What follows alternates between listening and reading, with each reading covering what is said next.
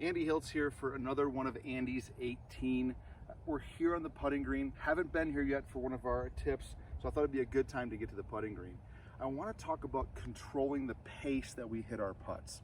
And let's start by talking about acceleration versus deceleration. So commonly we hear players say to take it short back and accelerate through. Well, that's not any good, because when you're trying to accelerate, you're trying to apply a certain amount of speed or force to your putts. That's incredibly challenging to control every single time. Now, it's better than decelerating, which is why I think we have so many people say you got to accelerate through, because we've had so many players that take these long backstrokes and then decel into the golf ball. In reality, if you want to control the distance that you hit your putts, you need to create constant impact velocity, meaning the putter head is traveling at a constant speed through the hitting area. It's not accelerating or decelerating into impact. The best way to create constant impact velocity is to have a stroke length that's like a pendulum, one that goes back the same distance it goes through. None of these short back and long through or long back and short through. We want to have an equal length stroke on both sides of the golf ball.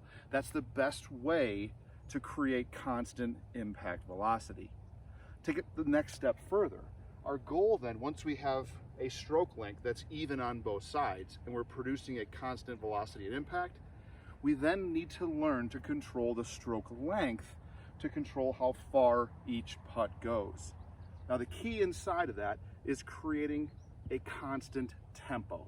And a constant tempo is the constant time that your stroke takes. Whether that stroke is a 6-foot putt or a 60-foot putt, it has to take the same amount of time. So 6-foot putt, obviously a much shorter stroke. 60-foot putt, much longer stroke. But if those strokes happen in the same amount of time, the 60-foot stroke is going to be traveling at a faster speed or a faster velocity at impact, because the putter head is traveling a greater distance in the same amount of time. That's a lot of information in one tip. Let's start working right now on trying to take an even length stroke on both sides of the golf ball, and we can work on the tempo down the road.